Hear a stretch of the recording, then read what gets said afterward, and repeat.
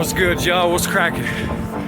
I'm coming to get you to checking in here in downtown Duluth. I've already walked from 26th Avenue East, heading up 3rd Avenue, where the Bethel is. Took this chance to be uncommon. So yeah, let's get it. What up, what up? I'm on mile, closing in on mile 13.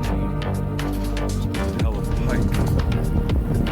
Right, that's how you do it. Get it in. No excuse, it doesn't matter if it's a blizzard, we get it. Hell yeah, let's go. It's been a testy past couple of days with the mental health, so this is the best way I can cope with it, is being outside. And any kind of weather. Took the opportunity to be uncommon. Didn't see a soul out here.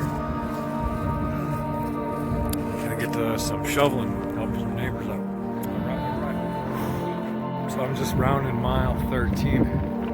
That's right, you heard that right. My legs are burning. My hip flexors are so tight. Quads, hamstrings, everything's burning. Half marathon hike, and I jogged about 5 miles. Hiking in snow. It's like walking in beach sand. It's like walking in beach sand. So I'm almost home and I'm happy. Hell yeah. Feel pretty accomplished.